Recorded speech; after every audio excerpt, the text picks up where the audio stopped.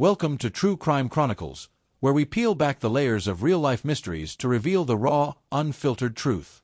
I'm your host, Ty Knotts, and if you're new here, I invite you to hit that subscribe button. It's completely free and ensures you stay updated with my latest cases, posted multiple times a week. My approach is simple. No exaggerated drama, no wild speculation, just the facts woven into a narrative that honors the victims and seeks justice. Today, we dive into the heart-wrenching case of Bernadette Walker, born December 13, 2002, in the historic city of Peterborough, Cambridgeshire, England, a place known for its ancient cathedral but now forever linked to this tragic story. Bernadette, lovingly nicknamed B by her family and friends, was a quiet soul with a vibrant inner world. Around strangers, she was reserved, her shy demeanor masking a radiant personality that shone brightly among those she trusted. To her inner circle, B was a burst of joy, bubbly, warm, and the kind of person who made every moment feel lighter. Her passion for art, particularly photography, defined her. Her camera was an extension of her soul, capturing fleeting moments of beauty in a world she hoped to explore. After graduating high school, B enrolled at Peterborough College to study photography, dreaming of one day leaving her hometown for the vast opportunities of the United States. Social media was her haven, a space where her introverted nature found freedom to connect with friends through likes, comments, and shared moments. She also cherished knitting, a craft she learned at her grandmother's knee, their bond a cornerstone of her life. To everyone who knew her, B was a gentle spirit, kind, expressive, and determined to chase her dreams with a heart full of hope. BEA's early life, however, was far from idyllic. Her mother, Sarah Louise, parted ways with BEA's biological father shortly after her birth, though the reasons remain shrouded in mystery. Sarah, a single mother, raised B alongside a growing brood of siblings in a chaotic household. By 2006, when B was just a toddler, Sarah moved into a home next door to Scott Walker, a married man with a troubling past. At the time, Sarah was pregnant with her sixth child and managing 5 others, each with a different father from her string of transient relationships. The Walker household was a whirlwind of noise, needs, and competing voices, with 10 children eventually sharing a cramped 5-bedroom home. Sarah worked tirelessly in geriatrics, caring for the elderly, while Scott drifted between odd jobs, never settling into stability. On social media, however, Scott painted a grandiose picture of himself, boasting about achievements that existed more in his imagination than reality. Beneath this facade, the Walker home was a pressure cooker of dysfunction, with tensions simmering just below the surface. Scott's own history added fuel to the toxic environment. In 2004, he met Jill, a single mother of 2 teenage boys, who initially saw him as a kind and attentive partner. Their relationship moved at breakneck speed. Within 2 months, Scott moved into Jill's home. But the charm quickly faded, revealing a controlling, obsessive man consumed by paranoia. He bombarded Jill with accusations of infidelity, his verbal threats chilling her to the core. Though he never raised a hand, his words were weapons, leaving Jill feeling powerless and trapped. In 2005, Scott proposed, and Jill, cornered by fear and manipulation, felt compelled to say yes. Their marriage only deepened the misery, with Scott's demands growing more selfish and his respect for Jill evaporating entirely. By the time Sarah and her children moved next door in 2006, Jill was desperate for an escape. When she noticed Scott flirting openly with Sarah, she felt not jealousy but relief, a chance to break free. With a friend's help, Jill fled, securing a protective order to keep Scott at bay. Scott, undeterred by Jill's departure, dove headfirst into a relationship with Sarah. B, still a young child, looked up to Scott as a father figure, even calling him Dad, a heartbreaking detail given what would unfold. Sarah, deeply invested, changed her and her children's last names to Walker, signaling her commitment despite never marrying Scott legally. Together, they had 4 more children, bringing the total to 10 under one roof. The overcrowded home was a breeding ground for conflict, exacerbated by Scott's volatile presence. BEA's brother, Anthony, later revealed the extent of Scott's abuse, physical and verbal assaults that terrorized the family. Scott's infidelity was an open secret, with multiple affairs eroding any semblance of trust. Most disturbingly, Anthony disclosed that Scott had installed cameras throughout the house, including in the family bathroom. Scott claimed it was to catch B hiding candy wrappers in toilet paper rolls, but the excuse rang hollow, hinting at a sinister invasion of privacy that chilled those who learned of it. By July 2020, the Walker household was at a breaking point. Scott was 50, Sarah 37, and they had just welcomed a baby girl in June. Sarah, exhausted by Scott's manipulation and infidelity, ended their relationship and began seeing Chris O'Connell, a new partner who offered a glimmer of hope. Yet, bizarrely, Scott remained in the home, refusing to relinquish control. He imposed strict rules on Sarah's new relationship, dictating that she could only stay at Chris's house 2 days a week and banning Chris from their home.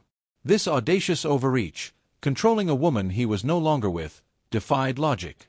On July 17, 2020, at around 10 p.m., Scott drove B to his parents' house in Warrington, a quiet suburb of Peterborough. B, dressed in all black with a blue denim jacket and thick-framed glasses, was visibly tense.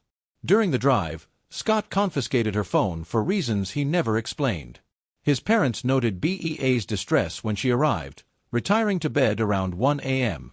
The next morning, July 18, Scott returned at 10:25 a.m. to pick her up. But B never made it home.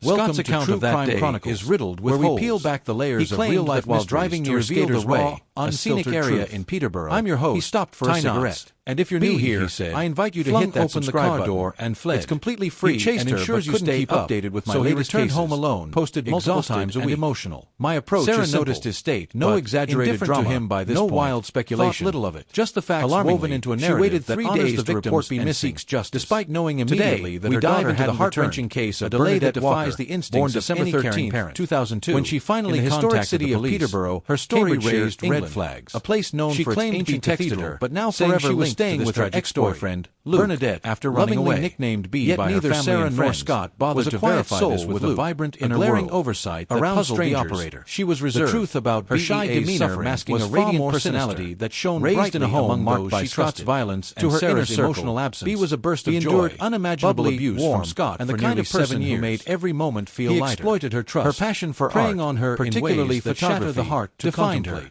Her camera was an extension of her soul. He turned to her mother, capturing fleeting moments of beauty in a world she hoped to explore. But Sarah, shockingly, after graduating called high school, her a liar and threatened to kill her if she told anyone else. Photography. This betrayal of one day from a mother who knew Scott's abusive opportunities, his affairs, and his controlling social media was her haven, a space where her introverted nature is to shield and believe their friends through life. Yet Sarah chose to protect a monster over her own daughter. She also cherished utterly abandoned in her craft she learned at her grandmother's knee. When police began investigating, their bond a cornerstone of her life. A web of deceit. To everyone who knew her, searches in B was a gentle spirit, Newborough, kind, and across Peterborough and Cambridgeshire, and determined to chase her dreams with a heart full of hope. Phone records revealed damning early life, however. Scott's phone was off from 11:23 a.m. to 12:54 p.m. parted ways with BEA's biological father shortly after her birth. Though the reasons Scott and Sarah repeatedly visited a lock-up garage a single mother, Scott's parents raised B alongside a growing brood of siblings made the day a chaotic household. Inside, by 2006, police found BE was just a toddler, containing Sarah her diary, moved into a home next door into her tormented soul. A married man with a troubling past. Told my mom about my dad. Sarah was pregnant with her 6th child. She called me a liar and threatened to kill me, each with a different father from a string of transient relationships. Wouldn't believe the Walker household was a whirlwind of noise, raw with despair, and competing voices. Laid bare the death with 10 children, eventually sharing a cramped 5-bedroom home, including Sarah worked tirelessly corroborated her accounts caring for the elderly.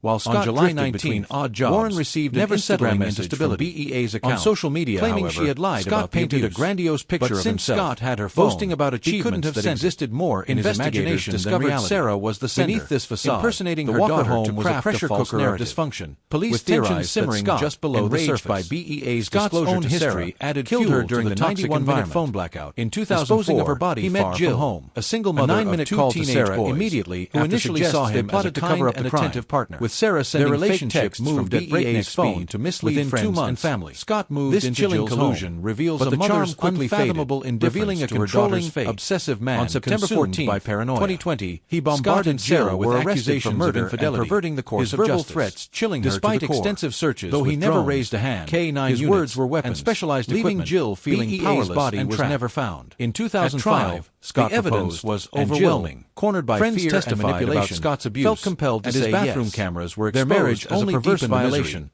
with Scott's demands growing more selfish and his respect for Jill evaporating under BEA's relationship. By the time Sarah and her children any boy who kisses you better have the image of me in your head. Jill was desperate for an escape. Revealed when she noticed Scott flirting openly with Sarah. Everything. She felt not jealousy but ran away. A chance to break free. Admitted to sending with a friend's help, but claimed ignorance of Scott's actions. Securing a protective order to keep Scott at bay. Cambridge Crown Court, undeterred by Jill's departure, sentencing him to life into a relationship with Helen's Law, enacted in 2020, child, ensured no parole without disclosing even calling him body's location. A heartbreaking detail lacking evidence for a murder charge. Sarah was convicted of perverting the course of justice and her children's last names to Walker.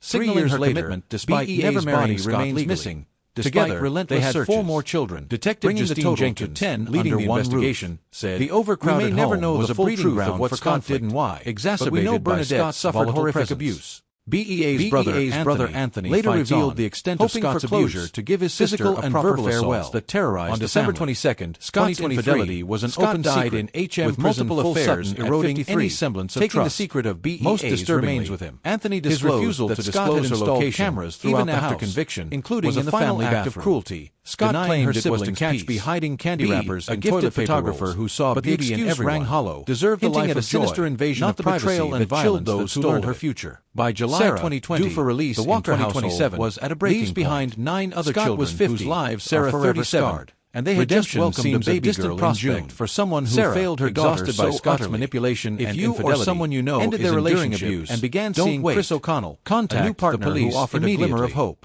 Evidence strengthens her case. Scott remained in the home, alone is refusing to relinquish control. BEA's story is a devastating lesson Sarah's new relationship can be fatal, dictating that she can only stay at Chris's house or someone else and banning Chris such a tragedy. This audacious overreach, siblings find the strength to heal he was carry her memory forward, defied finding light in the darkness on July 17, 2020. Thank you for joining me for this episode. Scott drove B to his parents' house in Warrington. Stay vigilant, a quiet suburb of Peterborough. And I'll see you in the next one. Dressed in all black with a blue denim jacket and thick-framed glasses, was visibly tense. During the drive, Scott confiscated her phone for reasons he never explained. His parents noted BEA's distress when she arrived, retiring to bed around 1 a.m. The next morning, July 18th, Scott returned at 10:25 a.m. to pick her up. But B never made it home.